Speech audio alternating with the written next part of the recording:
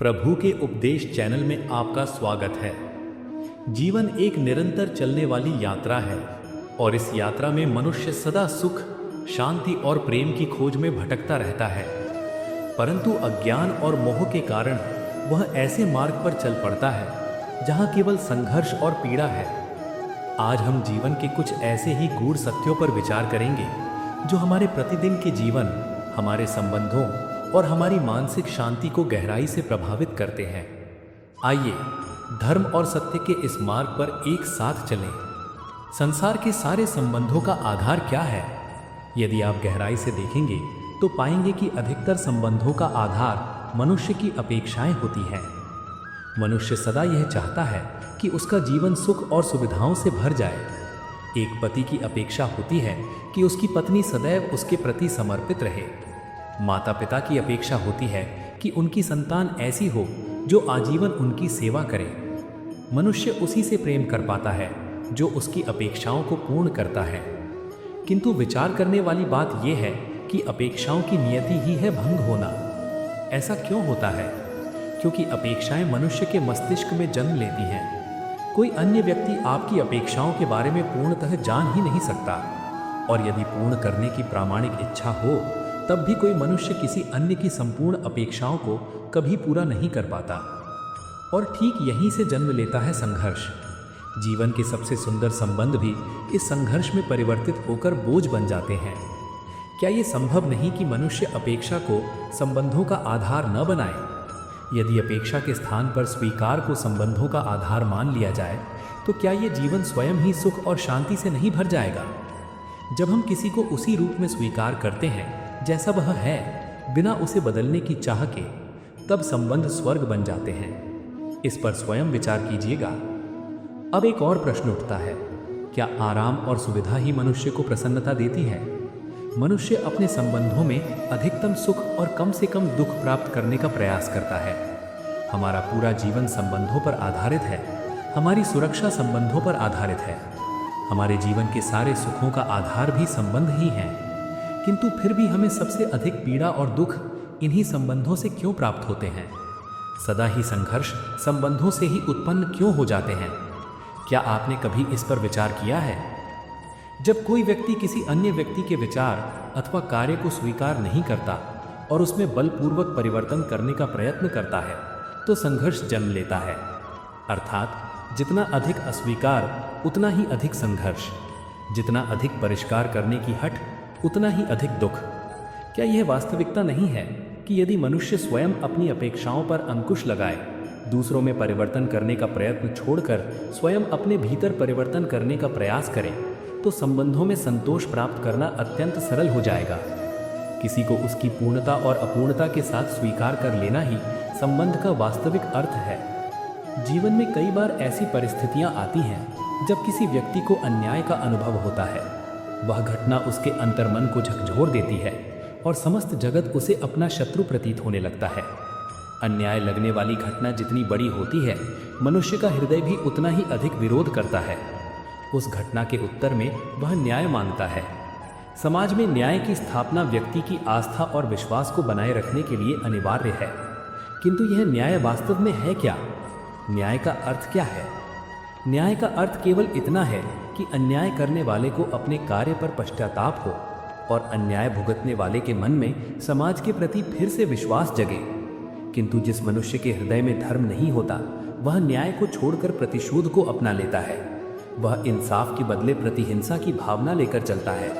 वह स्वयं को हुई पीड़ा से कहीं अधिक पीड़ा दूसरे को देने का प्रयत्न करता है, और इस मार्ग पर चलते हुए अन्याय को भुगतने वाला स्वयं अन्याय करने लगता है। शीघ्र ही वह भी एक अपराधी बन जाता है। अर्थात न्याय और प्रतिशोध के बीच बहुत ही कम अंतर होता है, और इसी अंतर का नाम है वैर। क्या ये सत्य नहीं है?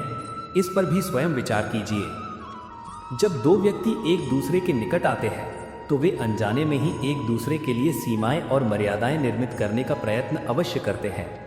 यदि हम सारे संबंधों पर विचार करें तो देखेंगे कि इन संबंधों का आधार प्रायः यही सीमाएं होती हैं जो हम दूसरों के लिए निर्मित करते हैं। और यदि अनजाने में भी कोई अन्य व्यक्ति इन सीमाओं को तोड़ता है तो उसी क्षण हमारा हृदय क्रोध से भर जाता है। क्या हमने कभी इन सीमाओं के वास्तविक रूप पर विचार किया है? इन सीमाओं के द्वारा हम दूसरे व्यक्ति को स्वयं का निर्णय करने की अनुमति नहीं देते।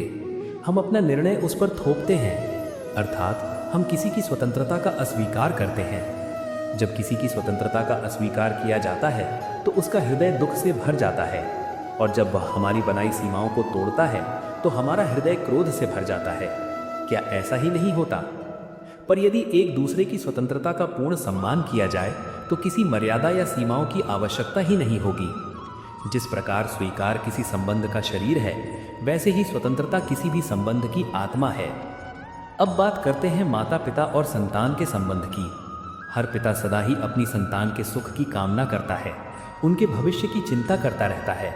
इसी कारण वह सदा ही अपनी संतानों के भविष्य का मार्ग व्यवस्थित करने का प्रयत्न करता है। पिता चाहता है कि जिस मार्ग पर वह चला, जितने कंकड़ पत्थरों का उसने सामना किया, जितनी धूप और छांव उसने सही, उसकी संतान को वह सब न सहना पड़े। उसके लिए मार्ग सर्वथा निष्कंटक हो। ये हर पिता की उत्तम और पवित्र भावना है। किंतु इस मोह में माता पिता 3 अत्यंत महत्वपूर्ण प्रश्नों पर विचार करना भूल ही जाते हैं। प्रथम प्रश्न, क्या समय के साथ मार्ग बदल नहीं जाते?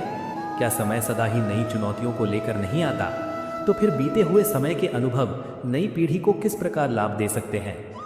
दूसरा प्रश्न, क्या प्रत्येक संतान माता पिता की ही छवि होती है?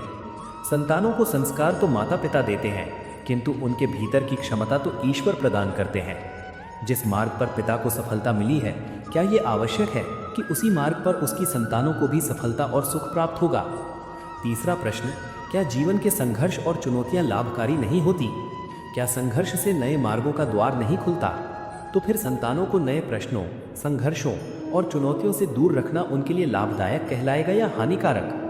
जिस प्रकार संतान के भविष्य का निर्माण करने के बदले उसके चरित्र का निर्माण करना श्रेष्ठ है, वैसे ही संतानों के जीवन का मार्ग निश्चित करने के बदले उन्हें नए संघर्षों से लड़ने के लिए मनोबल और ज्ञान देना अधिक लाभदायक होता है। मनुष्य के जीवन में ऐसा प्रसंग अवश्य आता है जब सत्य कहने का समय होता है। हृदय से सत्य निकलना चाहता है, किंतु कोई अज्ञात भय मन को घेर लेता है। किसी घटना अथवा प्रसंग के बारे में बात करना या फिर स्वयं से हुई कोई भूल स्वीकार करना। कई बार मनुष्य सोचता है कि जो जैसा हुआ वैसा बोल देना ही सत्य है, किंतु कभी कभी केवल तथ्य बोलते हुए भी भय लगता है। कदाचित किसी दूसरे की भावनाओं का विचार आता है कि दूसरे को दुख होगा, और ये भय शब्दों को रोक लेता है। तो यह सत्य क्या है? जब कोई भय रहते हुए भी कोई तथ्य बोलता है तो क्या वह सत्य कहलाता है? वास्तव में तथ्य कुछ और नहीं, निर्भयता का ही दूसरा नाम सत्य है। निर्भय होने का कोई एक निश्चित समय नहीं होता, क्योंकि निर्भयता आत्मा का स्वभाव है। सत्य कोई घटना नहीं, सत्य तो मनुष्य की आत्मा की ध्वनि है। जब भी किसी की आशा और उत्साह भंग होता है तो उसका हृदय क्रोध से भर जाता है। वह जिस व्यक्ति को अपनी आशा टूटने का कारण समझता है, उसे अपराधी मान लेता है और उसे दंड देने का प्रयत्न करता है। पर क्या हमारी इच्छा या आशा का भंग होना सदा ही किसी अन्य का अपराध होता है?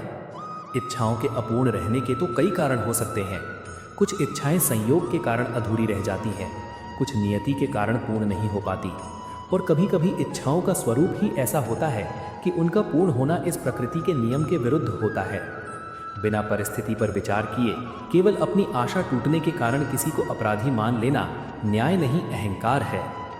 न्याय का आधार तो दया और करुणा है, जबकि प्रतिशोध का आधार क्रोध और अहंकार होता है। हृदय में करुणा धारण किए बिना किसी के अपराध के विषय में विचार करना या किसी को दंड देना स्वयं में एक बहुत बड़ा अन्याय है। मनुष्य की एक और प्रवृत्ति होती है, वह अतीत की घटनाओं और अनुभवों के आधार पर भविष्य के सुख दुख की कल्पना करता है। भविष्य के संभावित दुख को दूर करने के लिए वह आज से ही योजनाएं बनाने लगता है, किंतु कल के संकट का विचार करके आज के वर्तमान को नष्ट करने से लाभ मिलता है या हानि पहुंचती है, ये प्रश्न हम स्वयं से कभी नहीं करते। तथ्य तो ये है कि संकट और उसका निवारण एक साथ ही जन्म लेते हैं। सृष्टि का इतिहास उठाकर देखिए, आप तुरंत यह जान पाएंगे कि जब जब संसार में कोई बड़ा संकट आता है तब तब उसका निवारण करने वाली शक्ति भी जन्म लेती है। संकट ही नई शक्ति के सृजन का कारण बनता है। प्रत्येक व्यक्ति जब किसी संकट से बाहर निकलता है तो वह एक कदम आगे बढ़ चुका होता है। वह अधिक समझदार, अधिक आत्मविश्वासी और अधिक बलवान होता है। वास्तव में संकट का जन्म एक अवसर है स्वयं को बदलने का, अपने विचारों को ऊंचाई पर ले जाने का, अपनी आत्मा को ज्ञानवान बनाने का। जो व्यक्ति इस अवसर का उपयोग कर पाता है उसके लिए संकट कोई बाधा नहीं रहता, किंतु जो ऐसा नहीं कर पाता वह स्वयं समाज और विश्व के लिए एक संकट बन जाता है। इस गूढ़ सत्य पर गहराई से विचार कीजिएगा। संसार में एक अत्यंत प्रचलित मान्यता है कि परंपराओं में ही धर्म बसता है और ये प्राचीन परंपराएं ही धर्म को पीढ़ी दर पीढ़ी संभालने का कार्य करती हैं। ये सत्य है कि परंपराओं का अपना एक विशेष महत्व होता है, पर क्या केवल परंपरा का पालन करना ही धर्म है? इस विषय पर तनिक गहराई से विचार कीजिए। तथ्य तो ये है कि जिस प्रकार एक साधारण पत्थर या पाषाण में एक अत्यंत सुंदर शिल्प छिपा होता है, ठीक उसी प्रकार हमारी परंपराओं के भीतर सच्चा धर्म छिपा होता है। कोई भी पाषाण स्वयं में कोई पूजनीय मूर्ति नहीं होता।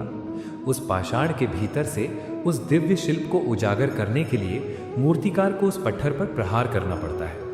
उसके अनावश्यक और कठोर हिस्सों को तोड़कर दूर करना पड़ता है। बिल्कुल इसी प्रकार सदियों पुरानी परंपराओं के भीतर से सच्चे धर्म को ढूंढ कर निकालना पड़ता है।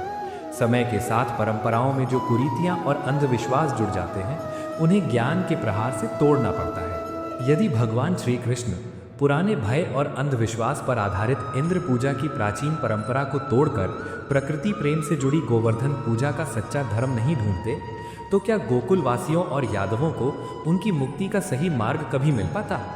जो मनुष्य अहंकारवश परंपरा को पूर्णतः त्याग देता है, वो अपनी जड़ों से कटकर धर्म से वंचित रह जाता है।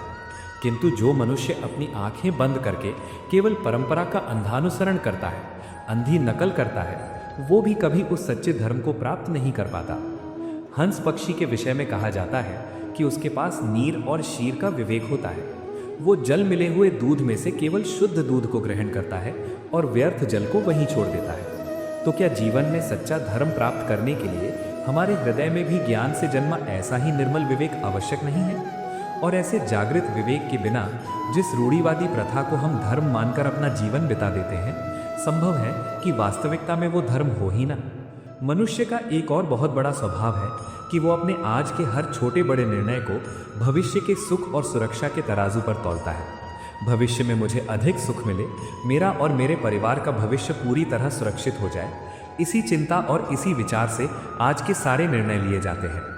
अपने जीवन को सरल, सुरक्षित और सुखमय बनाने का प्रयत्न करना किसी भी दृष्टिकोण से अनुचित नहीं है।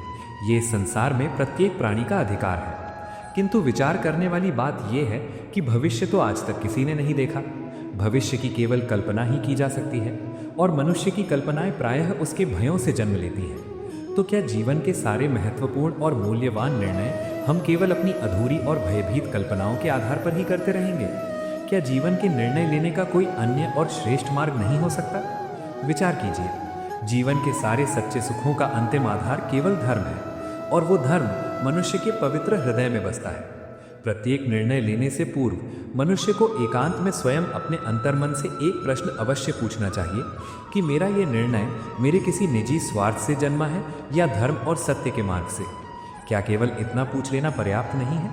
यदि हम भविष्य की व्यर्थ चिंताओं और असुरक्षा की भावना को छोड़कर अपने वर्तमान के निर्णयों को केवल धर्म, सत्य और करुणा के आधार पर लें, तो क्या हमारा भविष्य स्वयं ही असीम सुख और शांति से परिपूर्ण नहीं हो जाएगा?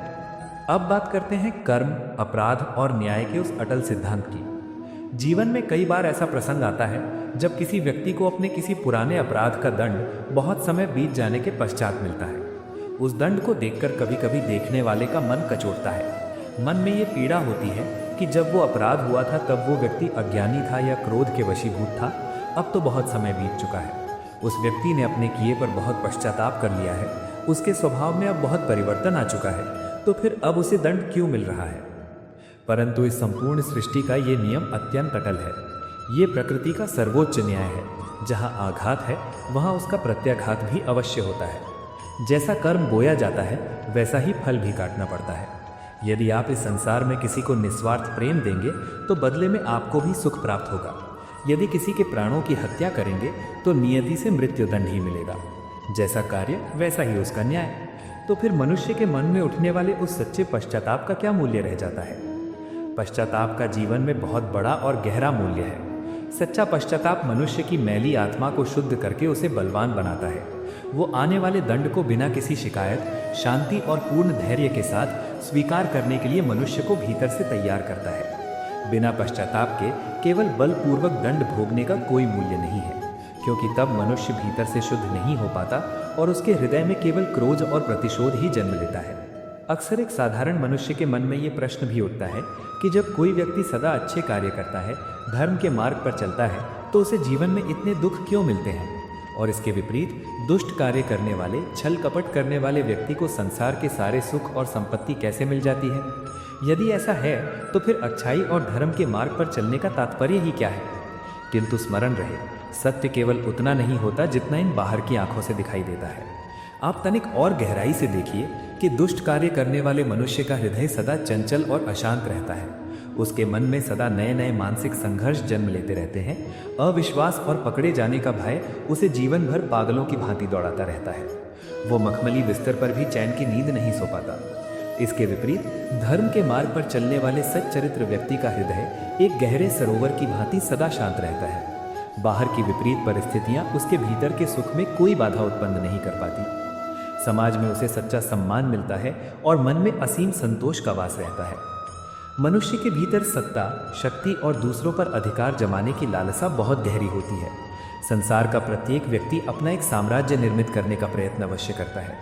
वो साम्राज्य चाहे किसी बहुत बड़े राष्ट्र के रूप में हो या फिर केवल अपने छोटे से परिवार तक सीमित हो, मनुष्य सत्ता प्राप्त करने का प्रयास जीवन भर करता है। पर क्या हमने कभी एकांत में बैठकर विचार किया है कि सत्ता का वास्तविक रूप क्या है?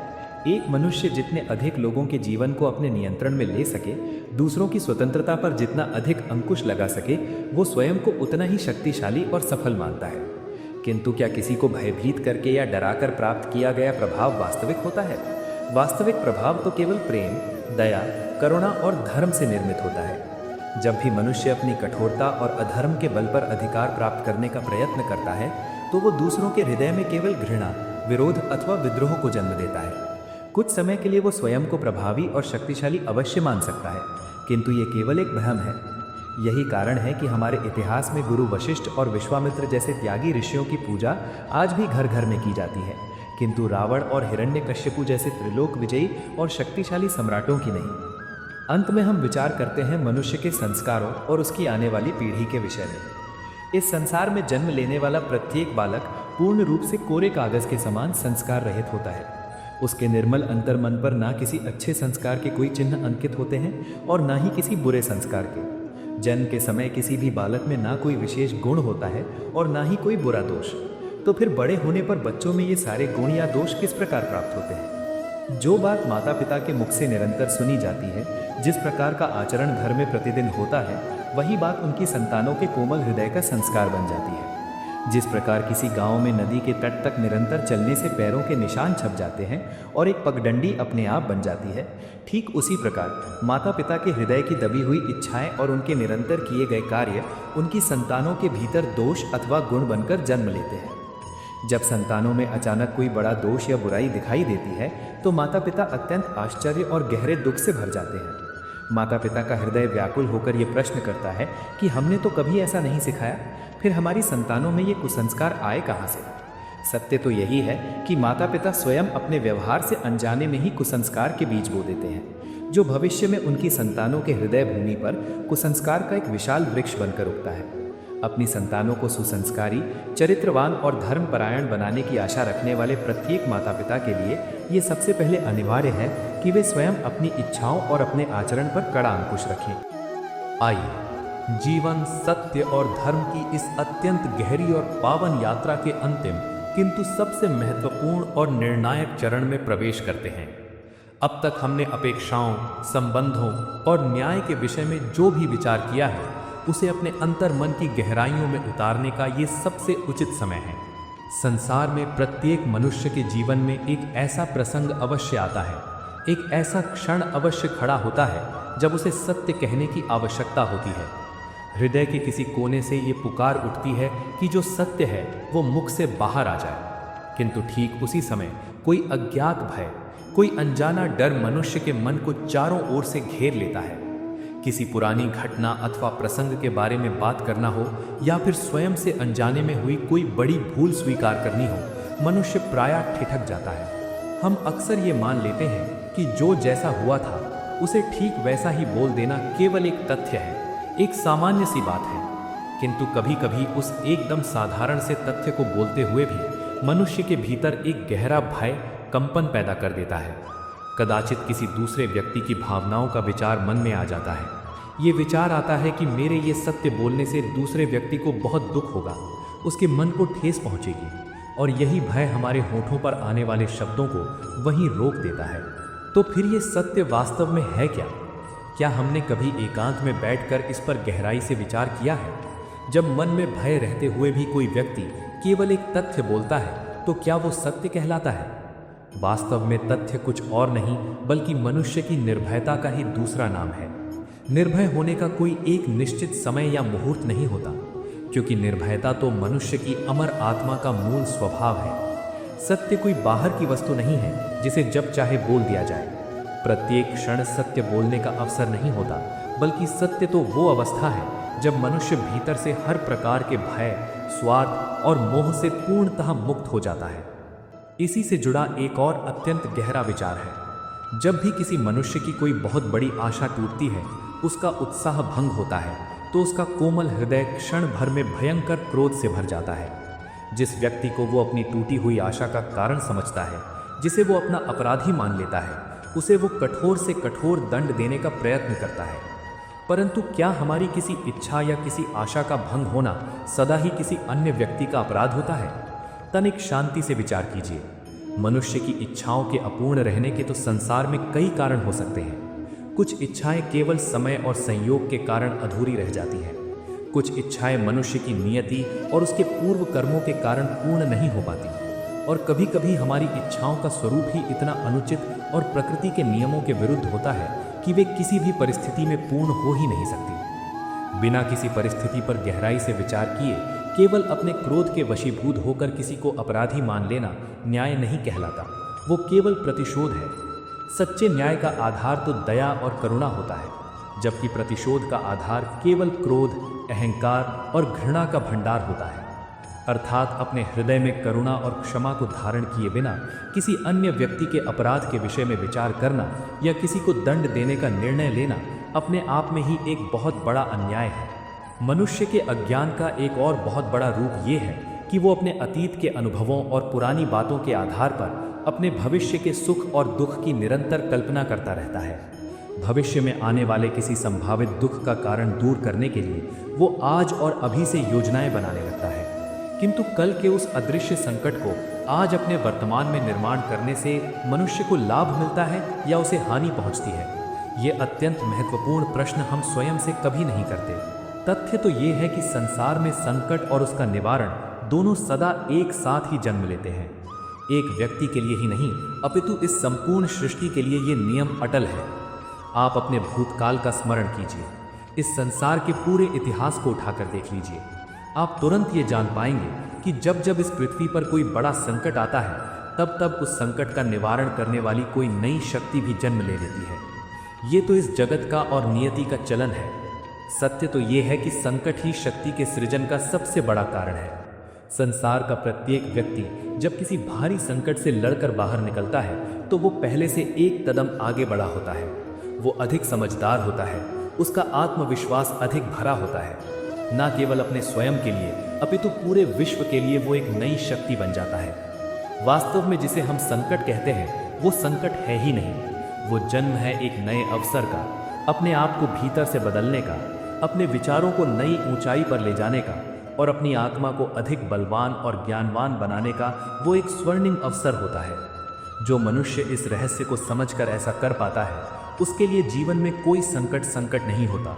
किंतु जो मनुष्य ऐसा नहीं कर पाता, जो संकट से भागता है, वो तो स्वयं समाज और इस पूरे विश्व के लिए एक बहुत बड़ा संकट बन जाता है। इस गहरे सत्य पर स्वयं विचार कीजिएगा। अब एक अत्यंत महत्वपूर्ण बात सत्ता और अधिकार के विषय में। सत्ता और शक्ति की लालसा संसार के लगभग सभी मनुष्यों के हृदय को कहीं न कहीं घेरे रहती है। प्रत्येक व्यक्ति अपना एक राष्ट्र, अपना एक साम्राज्य निर्मित करने का प्रयत्न अवश्य करता है। वो राष्ट्र किसी महान पुरुष की भांति बहुत बड़ा हो सकता है या फिर केवल अपने एक छोटे से परिवार तक सीमित हो सकता है। मनुष्य उस पर अपनी सत्ता प्राप्त करने का प्रयास जीवन भर करता है, किंतु सत्ता का वो वास्तविक रूप क्या है, क्या हमने कभी विचार किया है? एक अज्ञानी मनुष्य ये मानता है कि वो जितने अधिक लोगों के जीवन को अपने नियंत्रण में कर सके, जितने अधिक लोगों के जीवन की स्वतंत्रता पर वो अपना कठोर अंकुश लगा सके, उतनी ही अधिक सत्ता का वो अनुभव करता है। वो मानता है कि अन्य लोगों के जीवन पर स्वयं का भयभीत करने वाला प्रभाव ही वास्तविक सत्ता है। किंतु क्या किसी मनुष्य का वास्तविक प्रभाव प्रेम, दया, करुणा और सच्चे धर्म से निर्मित नहीं होता? जब भी कोई मनुष्य अपनी कठोरता, अपने अहंकार और अधर्म से सत्ता प्राप्त करने का प्रयत्न करता है, तब वो दूसरों के हृदय में केवल और केवल विरोध अथवा एक गहरे विद्रोह को जन्म देता है। परिणाम कुछ इस प्रकार होता है कि कुछ समय के लिए वो व्यक्ति स्वयं को बहुत प्रभावी और शक्तिशाली अवश्य पाता है, किंतु ये उसकी सबसे बड़ी भ्रांति है, वास्तविकता नहीं है। यही कारण है कि हमारे इतिहास में गुरु वशिष्ठ और विश्वामित्र जैसे त्यागी और तपस्वी ऋषियों की पूजा आज भी होती है, किंतु रावण और हिरण्यकशिपु जैसे शक्तिशाली सम्राटों का केवल तिरस्कार होता है। इस परम सत्य पर तो आप विचार अवश्य करें। अंत में हम विचार करते हैं उस विषय पर जो हमारे भविष्य का निर्माण करता है, और वो है हमारी संतानों के संस्कार। इस संसार में जन्म लेने वाला प्रत्येक नन्हा बालक संपूर्ण रूप से संस्कार रहित होता है। उस नवजात शिशु के निर्मल अंतर्मन पर ना किसी अच्छे संस्कार के कोई चिन्ह अंकित होते हैं और ना ही किसी बुरे संस्कार के। अर्थात जन्म से किसी भी बालक में ना कोई विशेष गुण होता है, ना कोई दोष और ना ही कोई योजना होती है। तो फिर विचार कीजिए कि बच्चों में ये दोष अथवा गुण बड़े होने पर किस प्रकार प्राप्त होते हैं। जो बात माता पिता के मुख से दिन रात निरंतर सुनी जाती है, जिस बात का व्यवहार घर में प्रतिदिन होता है, वही बात धीरे धीरे उनके कोमल हृदय का सबसे गहरा संस्कार बन जाती है। जिस प्रकार किसी गांव में नदी के तट तक बार बार चलने के कारण एक पगडंडी अपने आप बन जाती है, ठीक उसी प्रकार माता पिता के हृदय की दबी हुई इच्छाएं, उनका क्रोध, उनका मोह और उनके विचार उनकी संतानों के हृदय का दोष अथवा गुण बनकर जन्म लेते हैं। क्या ये एक अटल सत्य नहीं है? फिर भी जब भविष्य में उनकी संतानों में कोई बड़ा दोष या बुराई दिखाई देती है, तो वही माता पिता घोर आश्चर्य और दुख से भर जाते हैं। माता पिता का हृदय भी विलाप करते हुए ये प्रश्न करता है कि हमारी संतानों में ये कुसंस्कार आए कहाँ से? सत्य तो यही है कि माता पिता अपनी अज्ञानता में अपनी संतानों को अनजाने में ही कुसंस्कार के बीज दे देते हैं, और वही बीज समय आने पर उनके बच्चों के हृदय भूमि पर कुसंस्कार का एक विशाल वृक्ष बनकर उगता है। अर्थात अपनी संतानों को सुसंस्कारी, चरित्रवान और धर्मपरायण बनाने की आशा रखने वाले प्रत्येक माता पिता के लिए सबसे प्रथम कर्तव्य ये है कि वे स्वयं अपने हृदय की इच्छाओं और अपने आचरण पर कठोर अंकुश रखें। संसार को उपदेश देने से पहले स्वयं अपना आत्मनिरीक्षण करना अनिवार्य है। सत्य और धर्म के इन सभी गूढ़ विषयों पर एकांत में बैठकर स्वयं विचार अवश्य कीजिएगा। नमस्कार। प्रभु के उपदेश चैनल के इस अत्यंत महत्वपूर्ण और गहरे अध्याय में हमारे साथ अंत तक बने रहने के लिए आपका हृदय की गहराइयों से बहुत बहुत धन्यवाद। यदि जीवन दर्शन, सत्य और धर्म के इन विचारों ने आपके अशांत मन को तनिक भी शांति प्रदान की हो, या आपके भीतर सत्य का कोई नया प्रकाश जगाया हो, तो इस वीडियो को लाइक अवश्य करें। अपने परिवार, अपने मित्रों और अपने सभी प्रियजनों के साथ इस अनमोल ज्ञान को अवश्य साझा करें, ताकि वे भी जीवन के मोह, अपेक्षाओं और संघर्ष के इस कठिन चक्र को सरलता से समझ सकें। धर्म, सत्य और भारतीय दर्शन से जुड़े ऐसे ही गहरे, पवित्र और कल्याणकारी विचारों को निरंतर सुनने और अपने जीवन में उतारने के लिए आपके अपने चैनल प्रभु के उपदेश को अभी सब्सक्राइब करना ना भूलें। परमेश्वर आप सभी का मार्ग सदा प्रशस्त करें, आपके जीवन के सभी कष्टों का निवारण करें और आपके पूरे परिवार को सुख, शांति और उत्तम स्वास्थ्य से भर दें। कमेंट बॉक्स में जय श्री कृष्ण या राधे राधे अवश्य लिखें, ताकि धर्म की ये ध्वनि चारों दिशाओं में गूंज सके। मिलते हैं अगले वीडियो में जीवन के एक नए रहस्य, एक नए विचार और एक नए उपदेश के साथ। तब तक के लिए अपना और अपने प्रियजनों का बहुत ध्यान रखें। धर्म के मार्ग पर चलते रहें। धन्यवाद।